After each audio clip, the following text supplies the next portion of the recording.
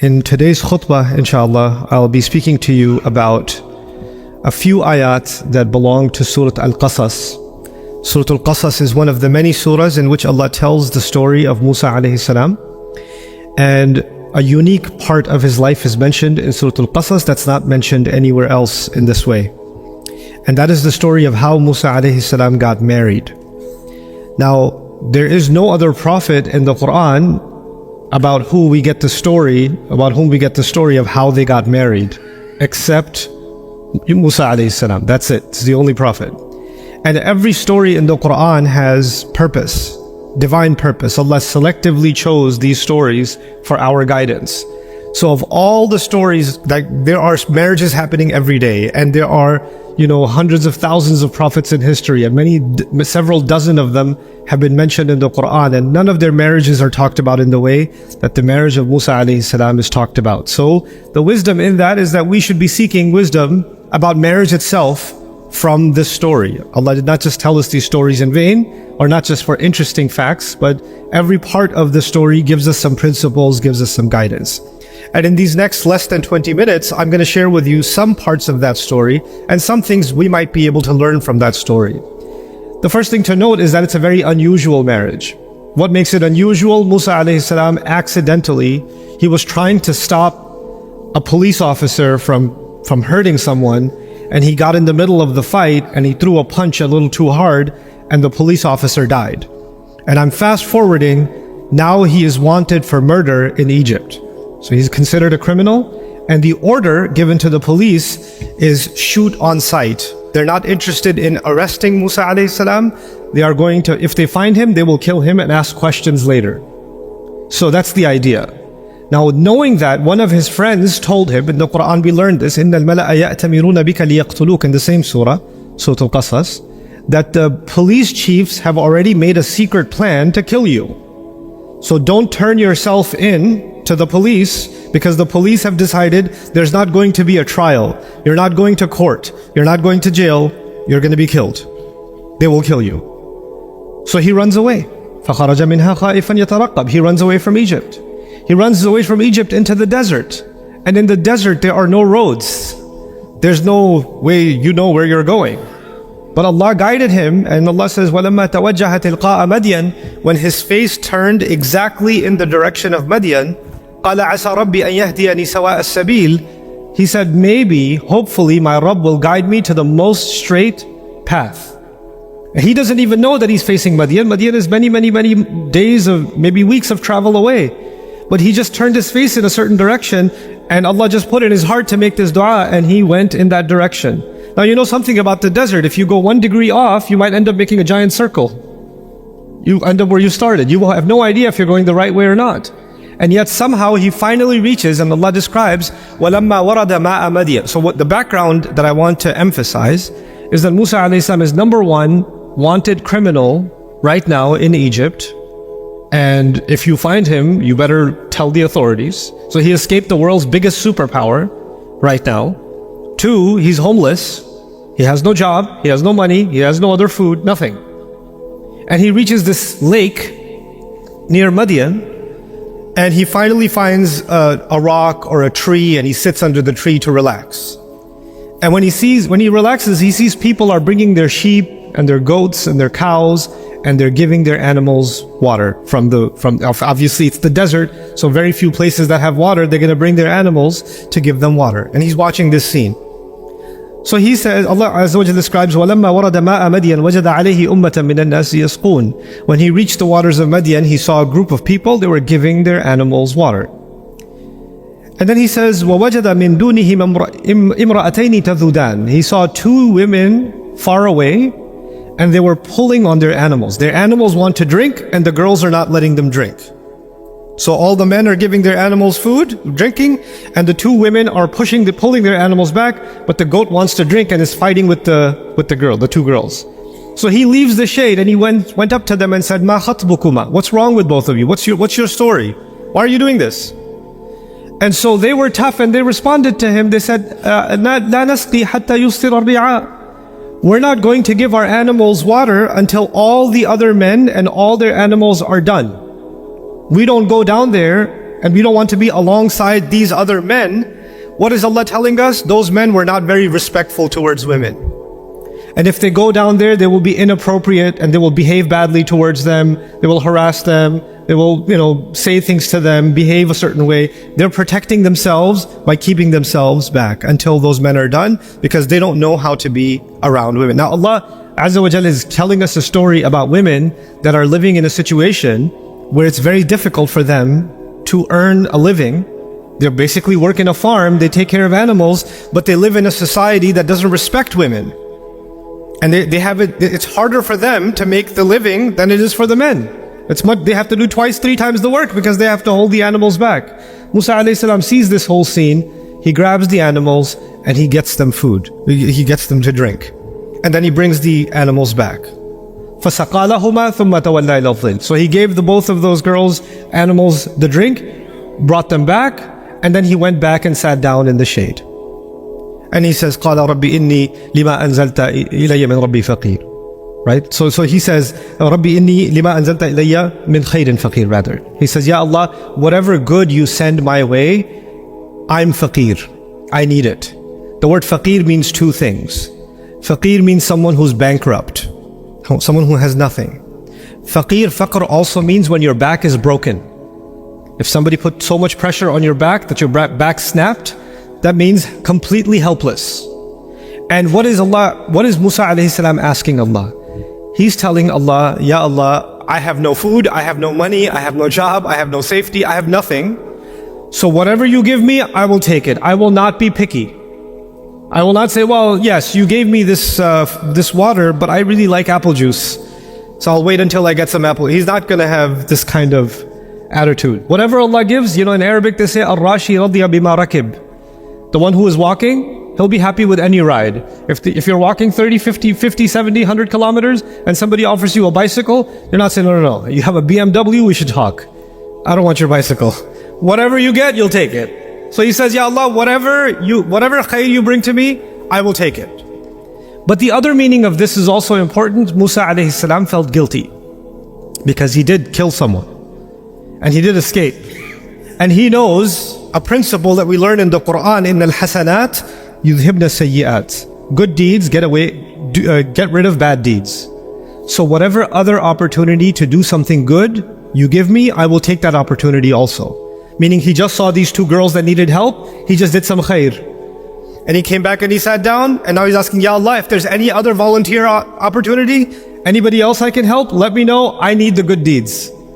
So, Rabbi inni lima anzalta ilayya min khairin faqir. From this we also learn, and if you think about this, that every opportunity to help someone, because of the words anzalta ilayya, any opportunity to help someone was revealed by Allah. In my life and in your life. If somebody came in your life and you could have helped them, that was actually something revealed by Allah, sent down from the skies as an opportunity for you and me. And Allah is telling us, if someone like Musa alayhi salam is faqir, then you and I are definitely more faqir for any good deed. The other thing here, that when he makes this dua, I want you to go back to what he said when he first left Egypt. He said, hopefully Allah will guide me sawa as-sabil. Asa an yahdiyani rabbi sawa as-sabil. Maybe Allah will guide me to the straightest possible path. And what's beautiful is the straightest possible path led him to get married. Like Allah is actually even describing the merits and the beauty of getting married in the story in this strange way. But anyway, so he helps these girls and he's sitting in the shade. These girls go back home because they only came to the lake to feed their animals. So they go back home, but they go back home early. Because usually they wait for all the men to finish and then they go back home. Now they show up home 5 hours early. And their old father, who cannot work anymore, he says, basically, the Quran doesn't tell us, you can assume logically, why are you home early? What happened? And they say, well, there was this man, he was very strong, he just took our animals, and these girls, they deal with men outside all the time. So when they talk about Musa alayhi salam, they're telling their father, this was not like other men. His behavior was different. He was not looking at us the way other men look at us. He wasn't talking to us like other men talk to us. He didn't help us and he followed us home, or he was staring, nothing. He just went back under the shade and he just disappeared.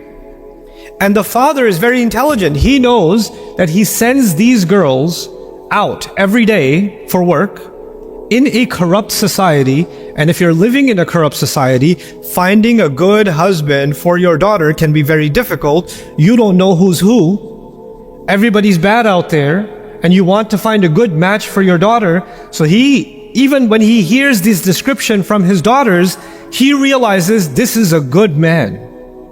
In his head, he's already got a plan.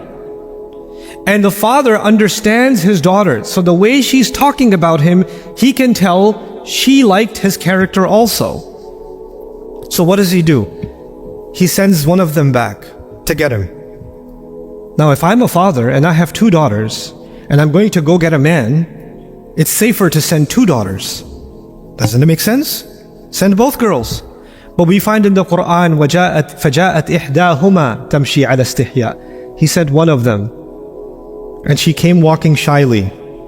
She's shy because she's alone and she's nervous. Perhaps she's also shy because her father sensed something. She kind of likes him. And it's a final test for her. He already puts tawakkul in Allah when he puts her outside every day. So he's already in this situation. He trusts his daughter. So he sends her out and he says, bring this man. فَجَاءَتْ إِحْدَاهُمَا تَمْشِي عَلَى اسْتِحْيَاءٍ. Now when Musa alayhi salam sees this girl again, he's like, what do you want? You need more help? Why are you here? So she feels shy and she says, Inna abi yad'uka. So she makes sure he understands, no, I'm not interested. My father is calling you. Inna abi yad'uka. لِيَجْزِيَكَ أَجْرَ مَا سَقَيْتَ لَنَا. So he can pay you for what you gave us, for the help you gave us. He wants to pay you. Now the simple question is, did Musa alayhi salam do this for the sake of Allah? Or did he do this to make money?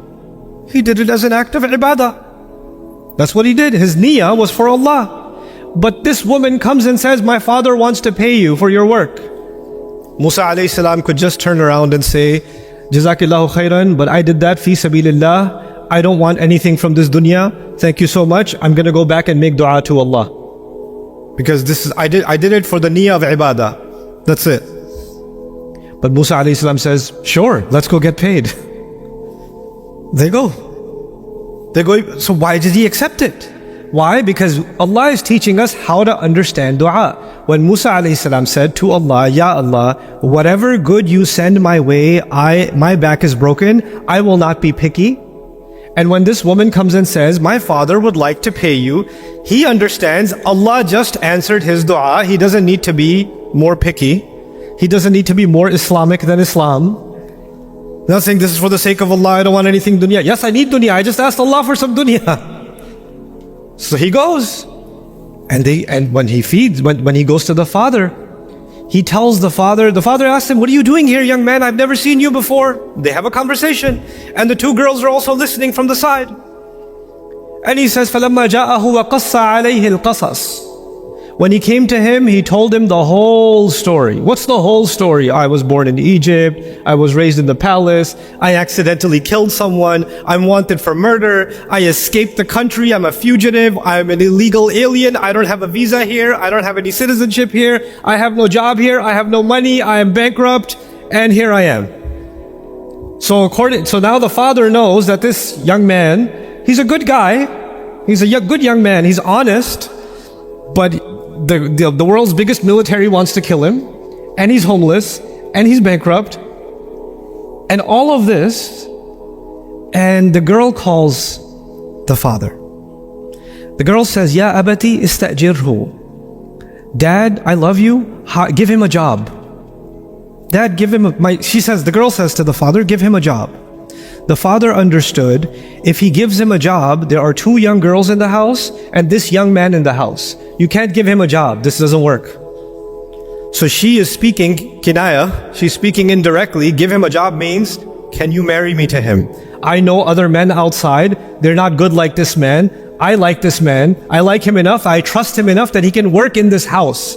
Remember, they don't even trust men enough that they can go to the same lake. Remember that?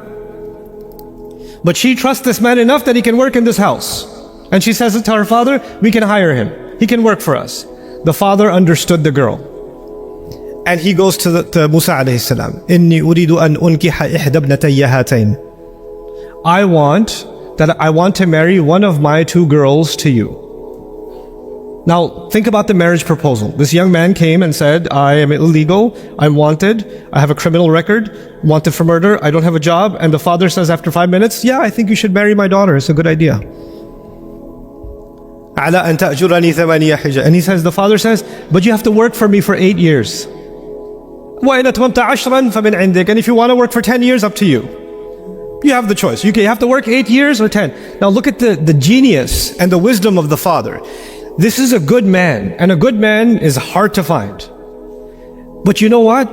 If the man doesn't have the degree you wanted, he doesn't have the job you wanted, he doesn't have the papers you wanted, etc., etc. But he's a good man, that much you know now, 100%, that's a good man.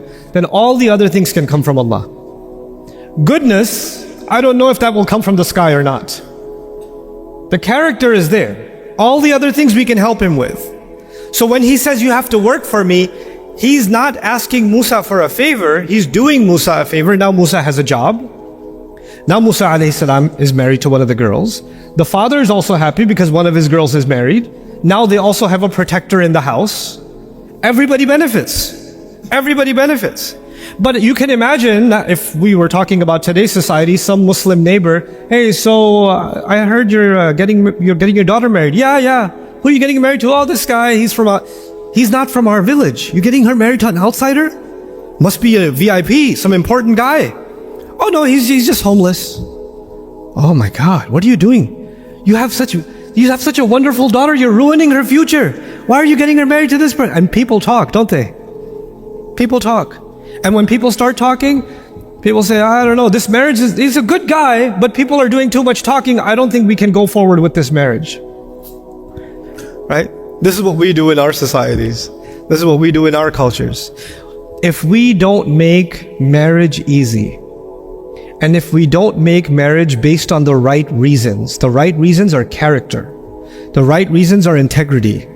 The right reasons are honesty. If we don't make marriage easy, and if we stop listening to our daughters, because we listen to everybody else. Everybody talks. The uncles are talking. The cousins are talking. The in-laws are talking. The neighbors are talking. Everybody's talking.